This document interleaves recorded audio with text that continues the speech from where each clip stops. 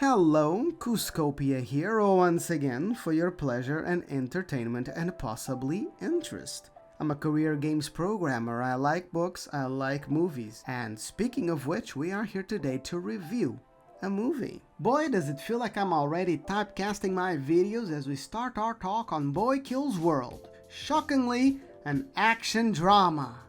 Well, I mean, it's more of an action comedy if we think about it or listen to the interviews, but there's a lot of drama to the story, so I'm sticking to the characterization for the purposes of the joke. This is another revenge plot featuring a mother situation gone awry and another mute protagonist, only he's also deaf. As per usually, quick synopsis, avoiding spoilers, review of the different aspects I think are valuable, ranking the movie at the end.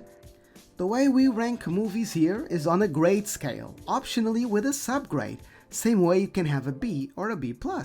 From great to bad it goes, must rewatch, which would be an S, must watch, can rewatch, can watch, should not rewatch, should not watch, do not rewatch, and do not watch, which I personally call trash grade. So do keep that in mind later on when I finally give this movie its rank. Alrighty, let's get it on. In some sort of miscellaneous dystopian future ruled by a brutal totalitarian government whose only real skill is in marketing propaganda and deploying police brutality, so fictional it beggars belief, I know, a brother and sister grow up as children to a single revolutionary mother who ends up getting all of them executed.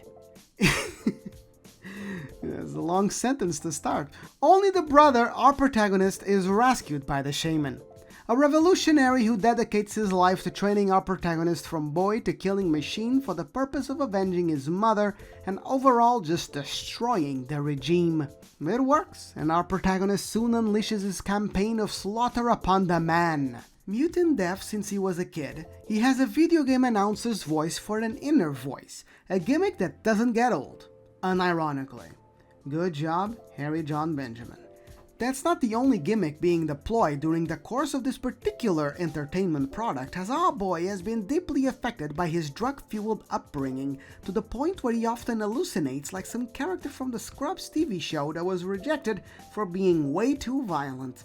True to the title, eventually everyone in this whole freaking flick bites it after quite a number of twists and turns that I would think are necessary for a movie like this, but will always appreciate when authors go the extra mile and actually go beyond their pretty good already premise to deliver a fully fleshed out serpentine tale that connects the dots until it completes a story that is satisfyingly impressive.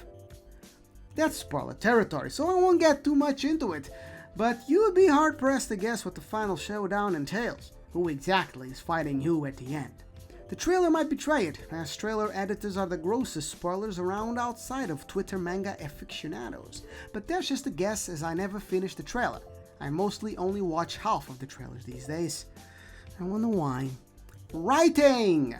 There's a lot to speak of when it comes to this, from the protagonist's abilities to the world building to the dialogue, so let's structure it like that, shall we? We gotta keep improving our game after all. But first, right at the top, the credits for writing go to the director Moritz Moore, but also Arend Remmers, who has primarily had a German career, and Tyler Burton Smith, who seems to have game writing credits. Good on the team to get a video game guy involved, even if the thematic link isn't that hard-pressed in the final product. It certainly seems to have been in its artistic concept. Protagonist. It's hard not to compare the mute protagonist to the one depicted in Silent Night, as the approach here is pretty much exactly the opposite. Deafness is the experience trying to be translated, as we depend on the protagonist's lip reading to hear most dialogue. Though even in this, they forget themselves sometimes. Is that the best you got? Yeah, that's a helmet. He can't read her lips. But they remember it when it counts the most. Maybe if I concentrate, I can... Pick up our briefcase. Something about pickles. Snookle move, Top. Are these words? I don't... Dodo buns return to bird. Dodo buns sound fun. This was funny every time, just to get hampered by someone with too much facial hair and who might be gruffly mumbling.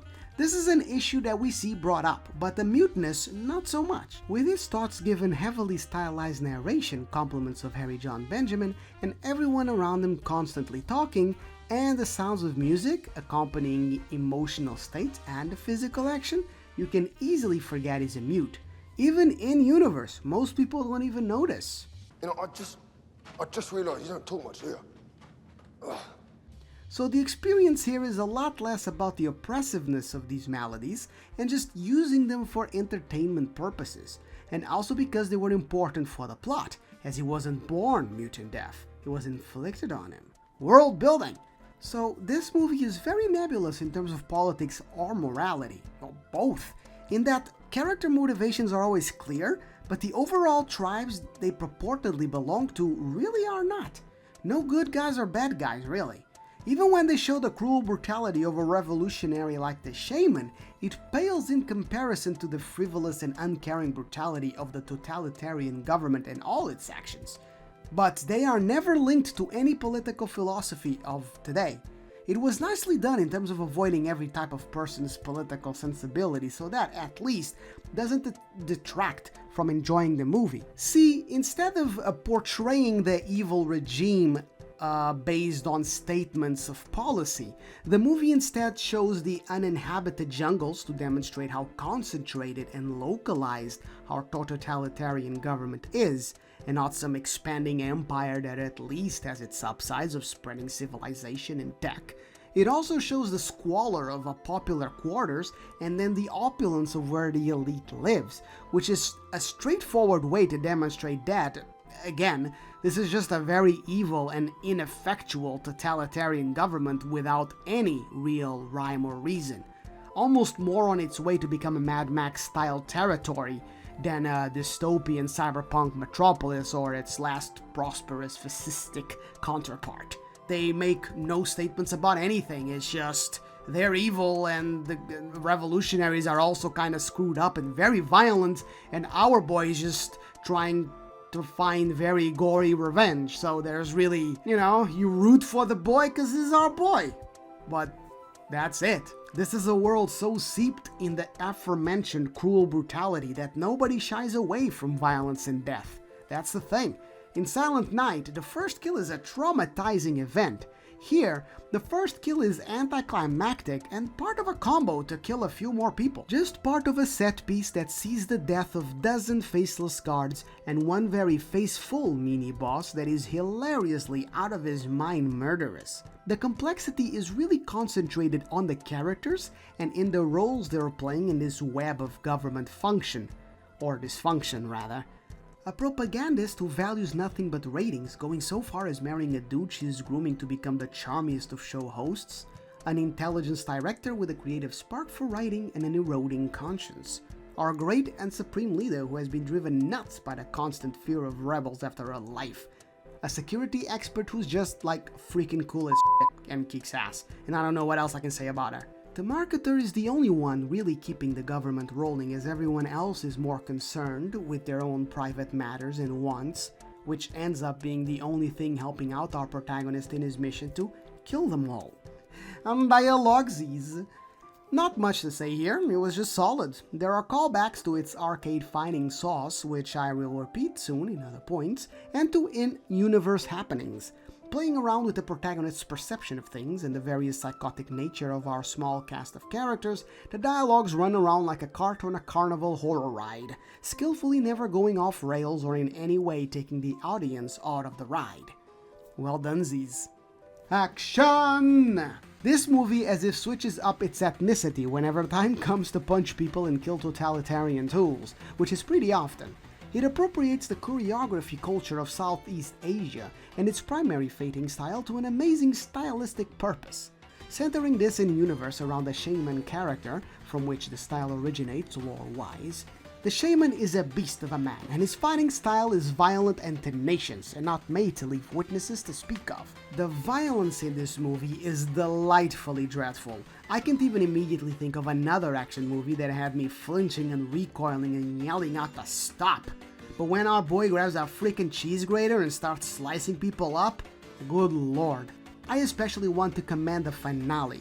I won't feature clips of it here, but I'm telling you, it's one of the best final fights I've seen to date. The stakes and the emotional implications are so superbly juxtaposed with the amazingly executed fight stunts and all the violence suffered and inflicted throughout. Cathartic? Climactic? Yes and yes. Actually, just talking about it got me pumped. I'll put a spoiler warning at the very end of this video, and I'll say a few things about the full story and show a quick cut of this ending, because I like it so much, but I don't want to dedicate a whole video like I did for The Killer. It was way too much work. I got a day job. Anyway, Dawid Zatarsky takes primary claim over all the choreography, so shout out to a job greatly done. Let's pivot to direction. The direction is by Moritz Moore, also a credited writer, you will have noticed. I would primarily describe it as very much a banquet of thematic visuals. Hard for me to think of anything to say that's not heavily connected to costumes and set, but I'll start by saying that the movie is pretty well cut together. The foreshadowing of each third act reveal is done repeatedly, not at all hiding in a cheating kind of way. For a movie with so many interweaving flashbacks and hallucinations partying on and around the floor that is already crazily picturesque, the movie manages to be remarkably clear about what's happening at all times. We can be in a demented set of murder, presenting murderous mascots murdering people across its several nightmarish portions, but also be cutting to our protagonist, and also his hallucination, and also presented as a TV show, while also showing the production room to feature the villains, while also showing up hallucinations and flashbacks, and there's a stage where the main villainess first shows up, and it's never confusing, daunting, or even the least bit challenging to keep track of. The action is very easy to track as well, not falling victim to shaky cam syndrome or too many cuts melody. Credit likely goes to the stunt crew and possibly actors who needed none of these tactics to shore up their shortcomings, but still, I cannot speak well enough of the communicative ability of Moore and his team. In terms of presentation, photography, the look and feel, well, this is a story around a protagonist molded by a lifetime of abuse and tragedy, topped up with drugs and violence, which shaped him into a murder artist whose only remaining shred of personality is one moment spent at the foot of an arcade fighting machine under the gaze of his beloved little sister. Everything about how this movie looks and feels reflects that very well, and direction is not the only thing helping with it. Music! Sound. Following the motif of arcade fighting games led by the voice of good old Benji, we get some game sound effects here and there whenever he brings them in. The music is likewise hype and fun in that vein. Unlike most of the movies, I think you will notice it adding to some scenes, and particularly the finale, which should be where you hear the most, at the climax. Well then, Tate, or I guess, Ludwig Forsell, who, for curiosity's sakes, has video game credits as well. Having worked on Metal Gear Solid 5 and Death Stranding, I can only assume Kojima is a fan. Costumes and sets. Probably the best part of the movie, if not in equal parts good with the action. This is best emphasized by the credits scene, which features concept art of all the characters in a way you can clearly see its fighting game roots. Though I will say that this is the part that most resembles a co-op beat-em-up more than it resembles an arcade fighting game. I suppose most people won't know the difference, but it's more Streets of Rage or Double Dragon than Street Fighter or Tekken. Although, just thinking of those examples already tells me why they would pretend it's the latter. Anyway, it's just freaking great. The costumes and makeup especially. This biker-looking chick is cool as balls with a helmet that spells things out, which they explain in-universe as an invention of our marketing genius and propaganda master. Our protagonist looks slick AF in his simple red vest that he stole from a dead guy while chilling with him inside of a car trunk. The movie is insane, bro. The TV personality, the TV mogul, the mafioso artiste, the shaman, and of course the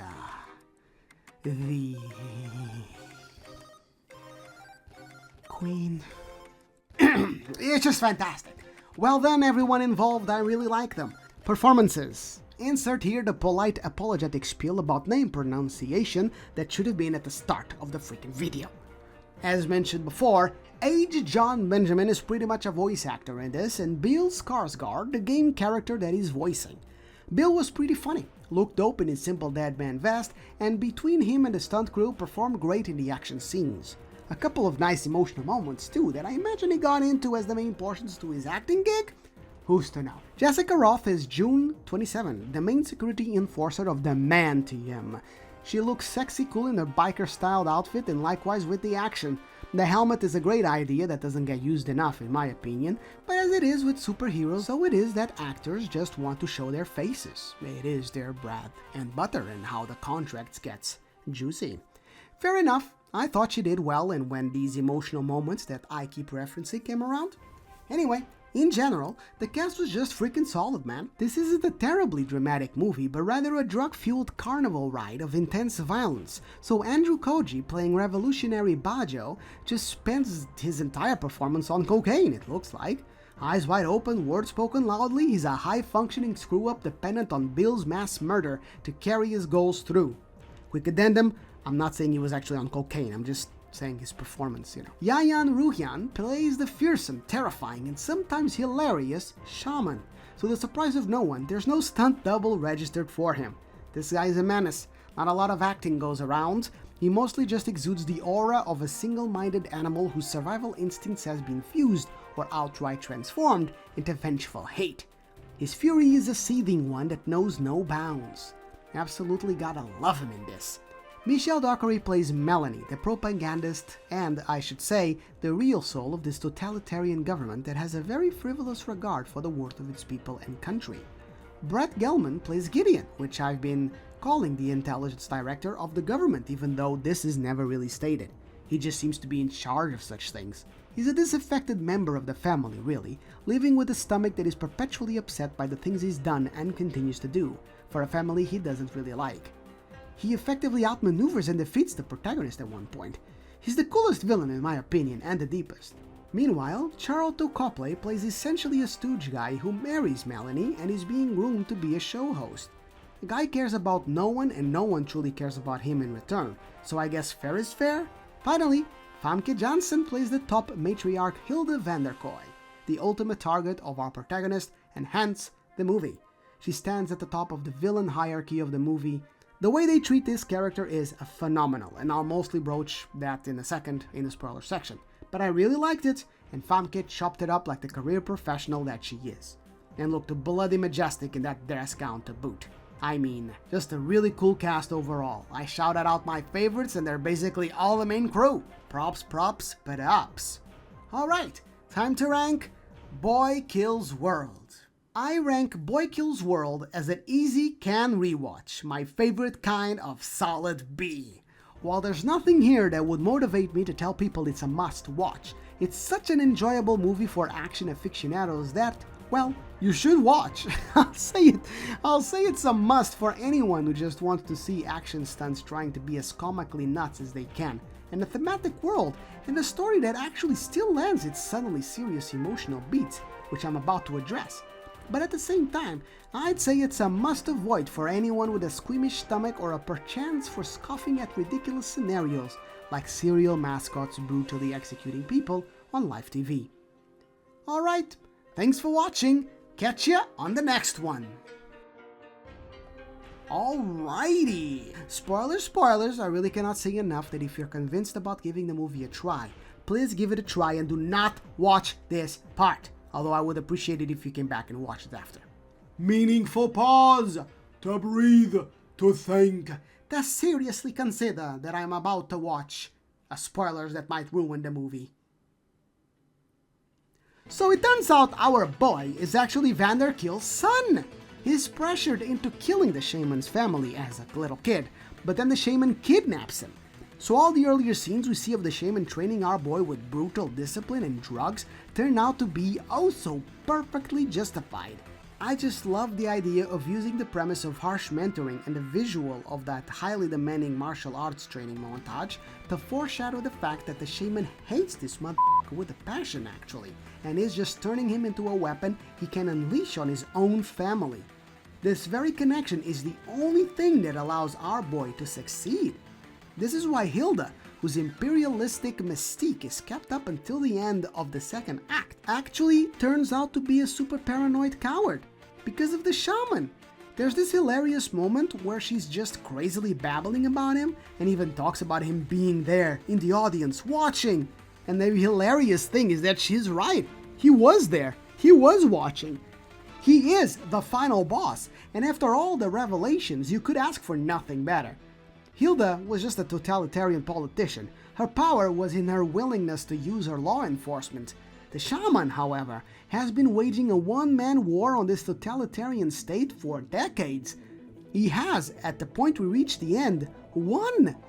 He is the beast to end all martial beasts. All that's left is to kill the last vendor kill, June 27, who turns out to be our boy's little sister, who the shaman convinced was dead by using his brainwashing drugs and stuff.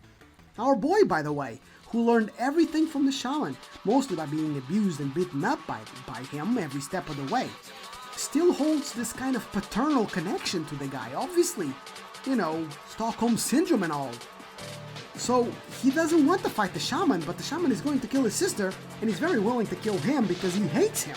He hates all of them. And so, the final fight ensues.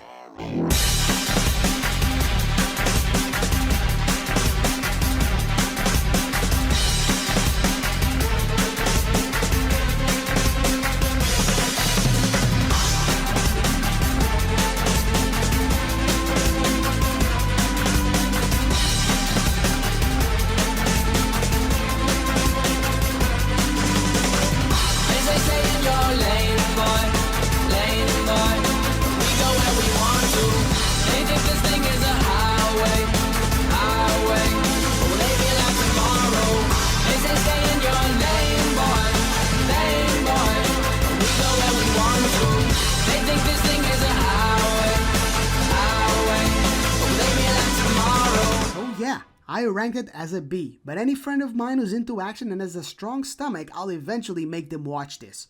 I had such a good time with this movie, I was so satisfied with its ending. Alright, signing out for real, KuzCopia out. Cheerio.